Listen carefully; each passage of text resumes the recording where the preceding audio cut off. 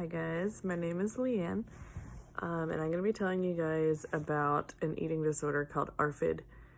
It stands for Avoidant Restrictive Food Intake Disorder, and it's basically extreme picky eating. It's an eating disorder that I have, and I've had it since I was a baby. My mom says that ever since I started eating solid food, I had a really hard time with textures and didn't eat a lot of foods. I had a really hard time trying new foods. And I think what I eat now is pretty similar to what I ate when I was like 8 years old.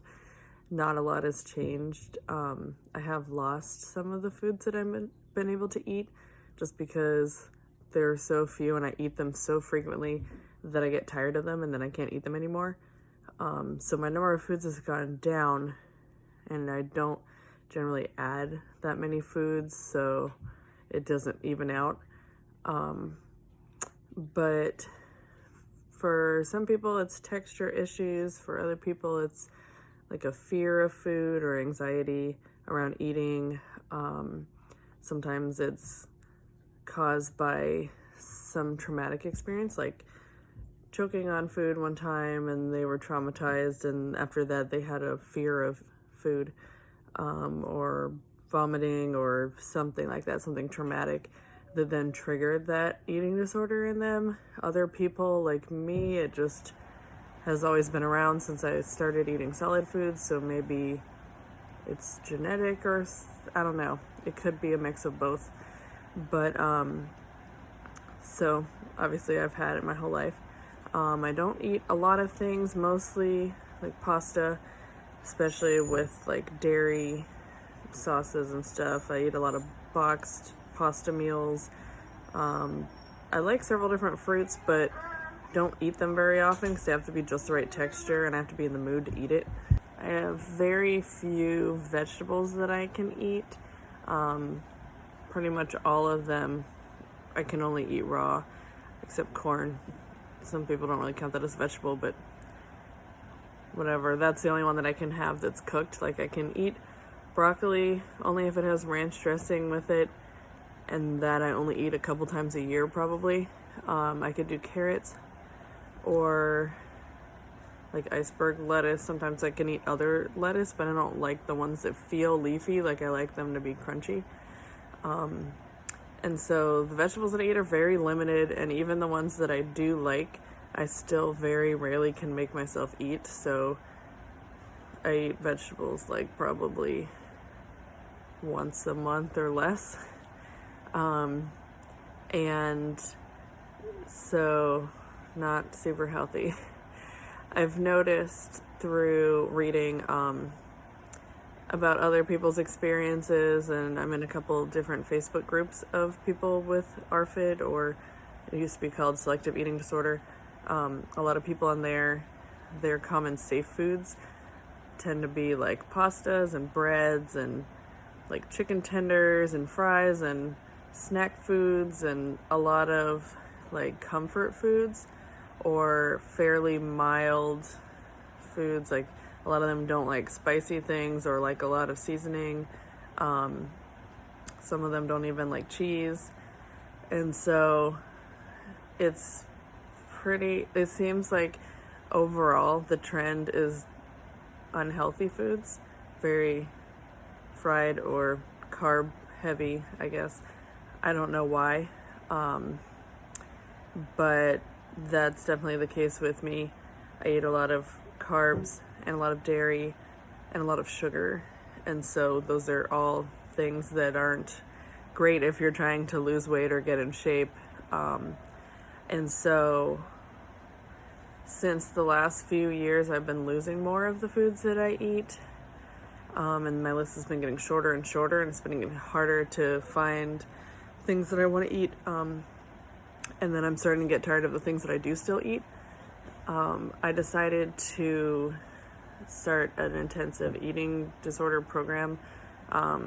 It's at a center that specializes in eating disorders, but not just anorexia and bulimia, which are the ones that everybody's heard of. Also, they do ARFID, which is nice because it's a fairly newly recognized disorder, so not a lot of people know about it, and so it's really hard to find any kind of information about treatment online, because a lot of even doctors don't know about it yet. I think it was added to the DSM-5, which is the statistical manual, diagnostic manual for psychologists and psychiatrists. It was added in like 2013, I believe. So it wasn't even that long ago.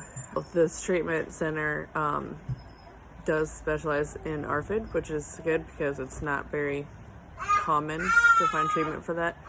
And so I'm going to be starting on Monday, which is in 2 days, with a treatment that's 8 to 10 hours a day, every day of the week for about a month. And I'll be doing like exposure therapy, and I'm not sure what else. I don't really know what to expect.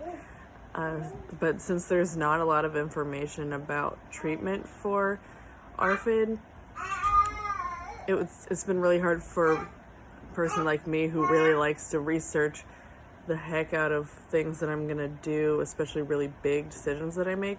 I like to research so much that I feel like there's nothing left on the internet that I could find about it.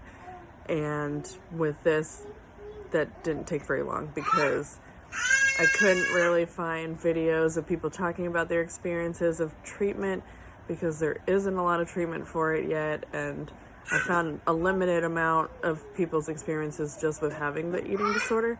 And so I decided, ignore my toddler. He's playing with some frogs.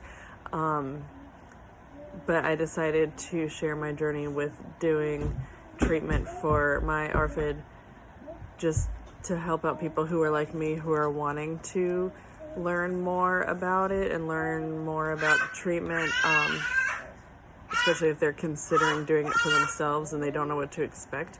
I want to talk about my experiences with it and like throughout the treatment program and how it's going, and share that with you guys so you have an idea of what to expect. Because for me, I'm kind of going into it blind because I can't find anybody who's had experience with it, who knows what it's like, and I found out some from their website and a little bit from talking to them, but I won't know until I actually start.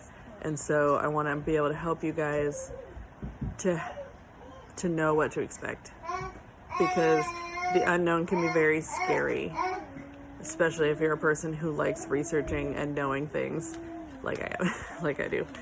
And so I'm going to be telling you guys about how that's going and what kinds of things I'm doing to work on getting over the texture issues that I have with food and working on expanding my diet.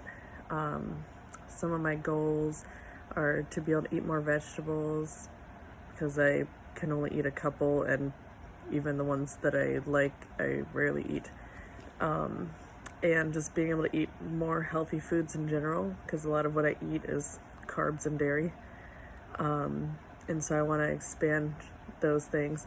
And another goal that I have is to be able to eat at least one kind of sandwich, because the only kind of sandwich I've ever been able to eat in my entire life was peanut butter sandwiches. And when I was like 13 or so, I stopped liking peanut butter, and so I can rarely eat it now.